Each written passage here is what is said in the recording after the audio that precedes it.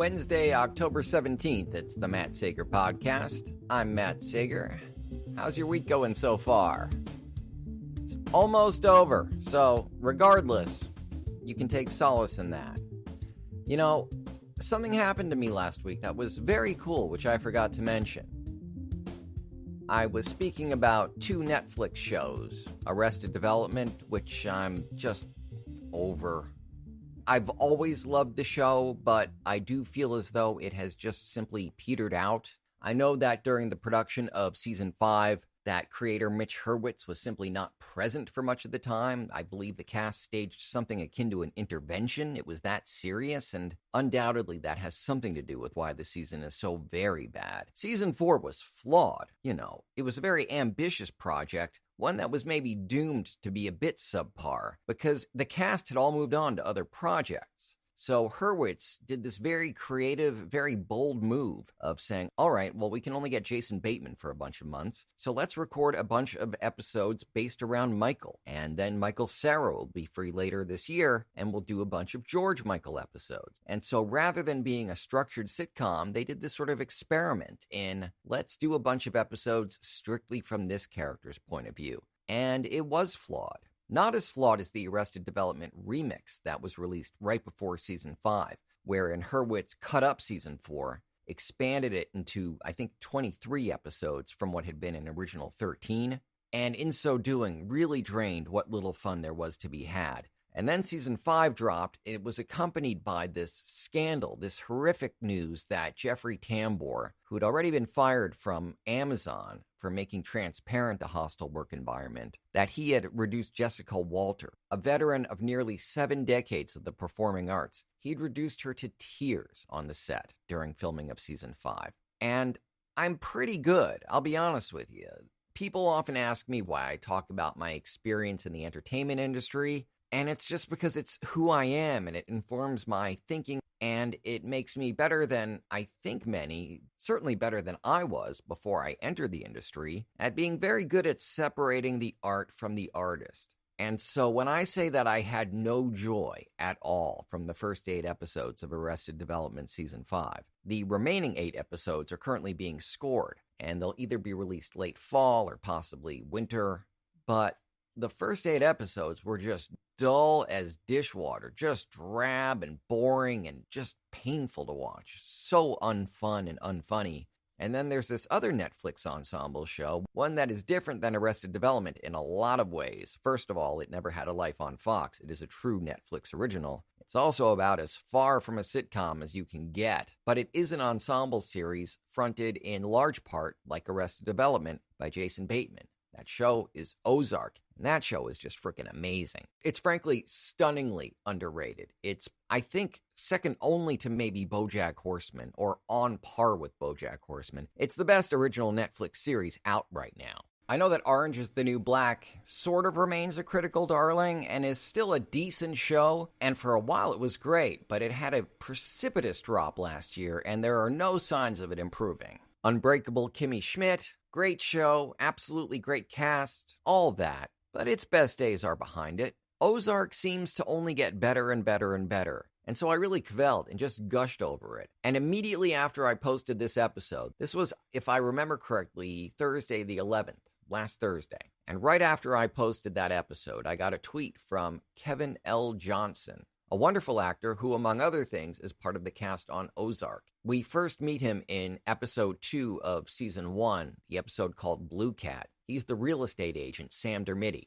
And I might add, immediately after I got this lovely tweet from him saying he was glad I liked the show, I followed him, he followed me back. I Googled him and found that he's such a nice guy, and found that he's not the least bit publicity shy, that he's appeared on dozens of podcasts and smallish shows like mine. I even saw that he appeared on a couple of shows that I could tell by the branding that these were other podcasters who, coincidences never cease. They, like me, use Spreaker as their main host. So at some point, I'm going to reach out to him and be like, hey, you want to come on the show? So I would love to have him on. He's an amazing actor. I'm a huge Ozark fan. But it just didn't seem like, it didn't feel like the right way to introduce myself. Like, oh, hey, nice to meet you. Come be a guest on my show. although it does seem he's just awfully amenable to doing stuff. And in particular, he's really nice and really patient. I watched a bunch of these interviews and listened to the ones that were in podcast form only. And I heard them call his character Sam Dermody, Sam Dermody, Sam Dermoody.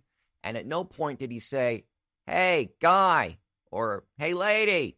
"Hey, lady, I'm Glavin." At no point did he say, "Hey, how about doing a little bit of research?" Because this is the scene in Ozark Season 1, Episode 2, in which we meet Sam Dermody. "Oh, yeah. Don't be shy. You know what to do." I love this scene. "It's all for you. Just gobble it up." "Oh, yeah. Get after it." Ooh. Hey! Hey, I'm Sam Dermody. Sorry, it's, people are out for lunch right now. But... Sorry.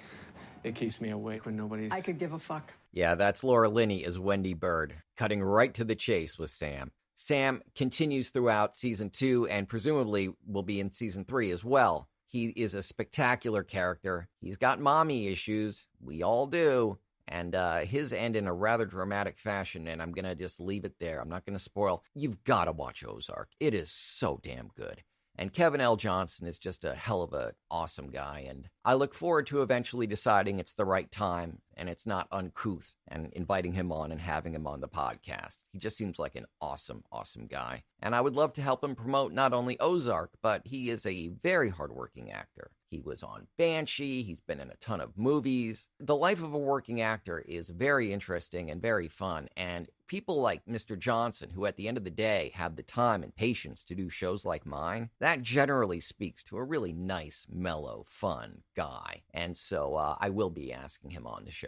Speaking of cool working actors, I am very troubled, and this is an appropriate topic too because it's Halloween and monsters, what have you. The state of The Walking Dead, the comic/television series / occasionally novels, and of course a video game, is in a bit of chaos, and that makes me sad because, well, I've loved The Walking Dead since it debuted in comic book form in 2003. I remember picking up issue 1 and going, wow, this is something special, and immediately falling in love with the works of Robert Kirkman and the many artistic partners he coupled up with. He recently wrapped his other very successful comic series at Image called Invincible. He is just a spectacular writer and also a very, very cool guy. And on the television show, between the walkers, the herds, the many people who have joined the crew of Rick Grimes and the many people who've opposed them, I know probably, this is a conservative estimate, but people who have in some way or another, and voice actors who've worked on the video game, people who have touched or been involved with The Walking Dead in some way, shape, or form. I guess maybe 45 to 50 of my friends have been in and out of that. And since 2010, when the series was announced for AMC, and also the Telltale video game was announced, it's just been an 8-year nonstop ride of success for these people who are so deserving. This genre that is usually so frowned and spat upon, that really surpassed and eclipsed all the expectations and limitations that people put on stuff like, a word they never use, zombie entertainment. That took a horror trope that's been done in all kinds of ways and been used to explore all kinds of societal ills, walkers. But before then, when they were known as zombies, they were used to excellent effect to illustrate and comment on stuff like the dangers of groupthink, of mass consumerism. Robert Kirkman was like, yeah, well, that's all well and good, but what if we just tell a story about the human race trying to survive the end of the world and start it all over again? Who will do the right thing? How very outnumbered will the good guys be? And how will society ever have a chance of reforming? Can the walkers be something other than an enemy? Can they be our own sort of weird form of security force? And it's been just a joy to watch. And from the people who get a bit part on one episode as bloated, waterlogged zombies, to people who've had long-running roles and lots of crew members. This has been a franchise that not only has been spectacular for AMC, but for a lot of people working in the entertainment industry. And it's coming to an end. First of all, the game. The game ended in a very sad way, and to be honest, it's not completely over yet. What happened was the game originated at Telltale Games, a really excellent game studio at the time that had lots of veteran game designers and programmers who were in love with a genre of gaming that is very dear to me too, one that at the time was just about on the brink of extinction, the sort of point-and-click adventure game in which you're really becoming a part of and participating in as you follow along with and watch a story. And in so doing, they added entire new characters to The Walking Dead. They expanded the universe beyond both the TV and comic series, which do exist in these sort of similar, but not quite the same, storytelling universe. And that studio essentially closed its doors a couple weeks ago. I believe they've got 25 employees left who are just really helping to close up shop. And it's not clear to me what happened. This time last year, I was loving Telltale, not only for their Walking Dead series, but The Wolf Among Us, a prequel to the excellent Vertigo comic series Fables. They had a great Game of Thrones game, a Minecraft story mode game, a wonderful Guardians of the Galaxy game, and a iffy couple of Batman games. That was where I began to see the cracks in the foundation, and I began to fear that at some point in the future, things might begin to go wrong for Telltale. Because the story driving these Batman games was just incredible, really captivating, really deep character studies of Catwoman and Batman, and most especially, particularly in the second game, Batman: The Enemy Within, this really interesting character study and exploration of and experimentation with the Joker. But the gameplay was terrible, and I sort of went back over a bunch of my Telltale games. I've got every Walking Dead game, as I said, The Wolf Among Us and Minecraft, the story mode version, all the way back to their Sam and Max games from many, many years ago. And I realized that, as far as I could tell, I'm not an expert, despite having hosted the Matt Sager thumb-twitching, joystick-vibrating, in-your-face video game show once upon a time. I'm not an expert in game engines, but I do know when I've played the exact same game the exact same way, and that the only thing that has made one game different from the next is the milieu in which it takes place, and the characters who are involved in the story that's being told. And the stories have been so good that I didn't notice that, again, please correct me if I'm wrong, and I'm sure they made minor tweaks along the way, but as best as I can tell, Telltale Games has not updated their game engine ever, and that's problematic. Especially when you hear about how all the programmers and designers and voice actors were working round the clock on all these games. It seems that at some point along the way, someone should have said, hey, you know what else we need to be doing? This game engine is exactly the same. But some series of disastrous events combined, and the studio had to close its doors, and a ton of incredibly talented, really wonderful, and insanely hardworking people are just out on their ass. And that is just wrong. I know there's a hashtag going around on Twitter called Telltale Jobs, and anyone who's got work for these people should be hiring them. Not only because they got a raw deal, but because they're extremely talented. The game itself, they were midway through what they're calling The Walking Dead, the final season. I stress this is the final season of the game, but Telltale closed its doors without having finished it. I think they'd released 2 chapters. The remaining 2 were going to be released by Skybound Entertainment, which is Robert Kirkman's imprint at Image, and I guess it's now also a game studio, and I hope that he's employing the programmers, designers, voice actors, etc., who made Walking Dead what it is. But I would describe it as a brand in crisis, because the other thing that's going on is Season 9 of the TV show on AMC is 2 episodes in, and it is leaking viewers like a sieve. I know that people had very strong feelings about Season 7 and 8. I think the season finale of Season 7 is when things got very, very dark and ugly, and the fans just revolted. I didn't love the way it ended. I'd certainly seen worse, not only on TV in general, but on The Walking Dead. But something about the way that episode ended just turned off a huge portion of the viewing audience, many of which didn't return for Season 8, and those who did watched only sort of intermittently, had very poor ratings in comparison to the first 7 seasons. Because it's still the case that a bad ratings day for The Walking Dead surpasses the best ratings of many other shows on TV. But a downward trend is always something to be concerned about, and that downward trend is only increasing. They had a dismal season premiere of Season 9. The second episode had even worse ratings, and I think a lot of these wounds are self-inflicted, and I don't mean that in terms of stuff like the criticism of the season 7 finale and the way that season 8 played out, although to be fair, sure, if people walked away from the show because of that, that counts as a self-inflicted wound, of course. Jeffrey Dean Morgan, during this controversial time, made for the most compelling, entertaining, hilarious, terrifying, and just all-around great villain in the form of Negan. And so anyone who tuned out and missed that really missed out on a lot. But then again, they missed out on some stuff that was in bad taste, in bad form, and unenjoyable. Some killings of key characters done in really crass ways. It is interesting that there was a time in the season's run when characters would die like that all the time, and it didn't have any impact on ratings, on public perception of the show, or anything like that. Now when characters die, maybe it's because we've grown to love some of them. In the case of one of these characters, he was essentially fired after having performed on the show throughout all of his childhood. I hope I'm not giving away any spoilers here, but he was fired in apparently an unceremonious way. And other leaks began to emerge that perhaps the woman who plays Maggie isn't getting properly compensated financially. So I don't know what's going on. But as I said, it is a brand in crisis and I guess a little bit in decline.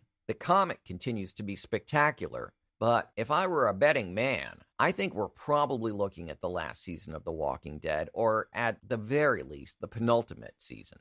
Because a downward trend like this, it is just getting out of control, and at a certain point, AMC, who is notoriously tight-pursed, is going to realize that the budget of this show, something they're surely aware of already, it needs this huge audience to be basically unwavering, or else very quickly it will go from a cash earner to a cash drainer. And I'm not calling out any executives at AMC. I don't believe I know any. But I know the way they behaved in the first years of The Walking Dead. I know how they treated Breaking Bad until it became the biggest thing in the world. And there's a reason that there are, for instance, an episode of Breaking Bad where it's just one set piece. It's Walt and Jesse out in the desert. And then later there was another one where it was just Walt and Jesse in the lab chasing a fly.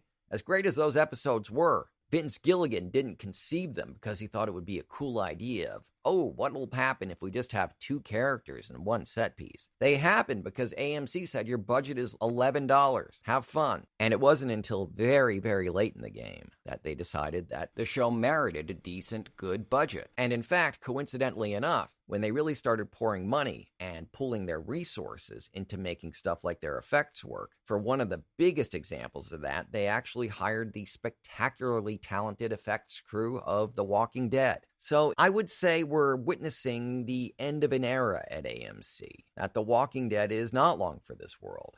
The one thing that they really could and should have done is not make a big fuss about the fact that Rick is leaving. That, if anything, let rumors exist, but don't confirm, and certainly don't do what you're doing now, where there's advertisements all over TV and throughout the web saying it's Rick Grimes' final episodes. Because knowing that the guy who has been the center of gravity for the series since episode 1, that he is going to leave, I understand that it's exciting and that potentially it opens up whole new ways for the show to evolve and change. But when you're addressing your fan base of millions of people to whom Rick is The Walking Dead, you're sending a signal that the show is basically shutting down. And I know that that's not what you intended, AMC.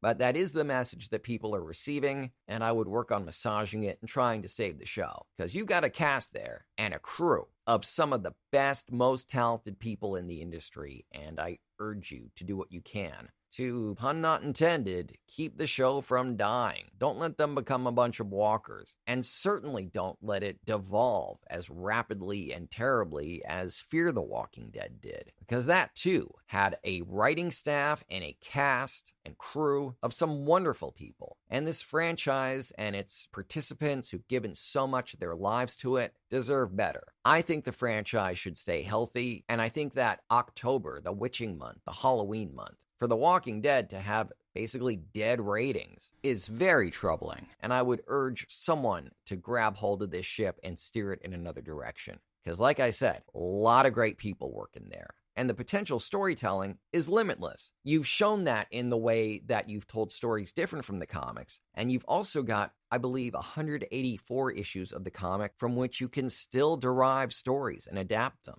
And it actually looks, and this is what they should be promoting, it looks as if they might be adapting a storyline involving people who talk like this in whispers. That's about as spoilery as I'm going to get, especially since I don't know if this is what's going to happen. But the events of Season 2 of Episode 9, I'd really urge you to watch it because it's very suggestive that a recent and very exciting story arc from the Walking Dead comic will be adapted to the television show very soon. So to summarize all my TV talk tonight, if you're not watching Ozark, you're really missing out. And if you're not watching The Walking Dead, you're missing out on that too. And in so doing, you might just be endangering the franchise itself. And you don't want to do that. So I would encourage you greatly to tune into both of those. And as far as Ozark is concerned, Kevin, if you are listening, consider this your invitation. And if you're not listening, I'll send you a tweet in a couple days and invite you on the show. And I promise that, among other things, I'll pronounce both your name and your character's name correctly.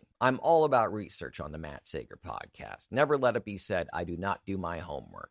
Thanks as always for hanging out with me tonight. Hope you're having a great week. And if you're not, it is almost over, so, get in touch with me. I'd love to have you on the show, whoever you are, not just Kevin. Email matt@mattsager.com, call 646-535-4788, or hit me up on social media. On Twitter, I'm @MattSager, Instagram, Real Matt Sager, and Facebook, I'm The Matt Sager. My voiceover page there is Matt Sager VO, and this podcast page is Matt Sager Podcast. And for more social media links, along with articles, blog posts, back episodes, archives of this podcast, my voiceover reels, and more contact info and all kinds of stuff, you can find that at mattsagervoiceover.com.